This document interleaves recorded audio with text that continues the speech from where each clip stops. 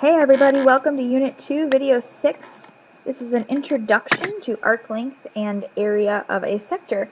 We're going to continue our discussion on these two topics in class and apply them to all sorts of rotation situations and some other good stuff. But this is just an introduction to remind you what you already should know. So arc length is noted S, it's a small s. And what we're talking about with arc length is a measure of the circumference. So I could either be kind of painting around the edge of the circle, I could be talking about a pizza crust, we could be talking about if I had a tire and I was rolling it, how much distance it covered, if you were to kind of, how many rotations it took to cover that distance, that's all arc length. And it is a portion of the circumference. Right? Area of a sector is the shaded dark area here, and these are all talking about a central angle, the angle that is in the center of the circle and intercepts an arc. Okay, this is an intercepted arc here, except I'm more concerned about the area that is created by the angle and the intercepted arc. So our area of a sector is actually a measure of the area of the circle. Oops. Okay. Go ahead and get that down. All right, so for arc length is based on the circumference of the circle. So if we're talking about a portion, then I have S equal to 2 pi r.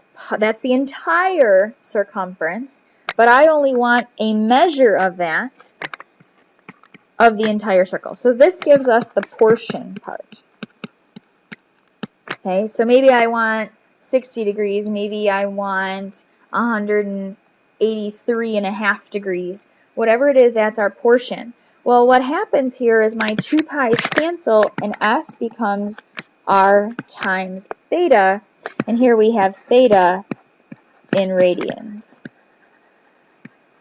So this is our formula for our arc length, R theta. And again, this is if theta is in radians. So what if theta is in degrees? Well, then you have to convert to theta. Okay. Area of a sector is based on the area of a circle. So we start with the area of a circle formula. And it's best probably to note the area of a sector a little bit different. So you can write SEC at the bottom, and that makes a difference in the area of the entire circle, just in the notation. Equals pi r squared.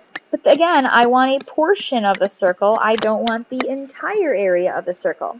So here we have only the pi's cancel, and I've got r squared theta divided by 2 to equal the area of a sector, and that is, again, theta in radians. All right, so you have your two formulas, as long as you've got those down and where they came from, because then you can always recreate them. If you know what area is based on, then you know what area of a sector is based on. If you know what circumference is, then you know what the arc length is going to be based on. It's a portion. This gives you the portion. That's all we got. Go ahead, make sure you got those in your notes, and we're going to work with these in class over the next day or so.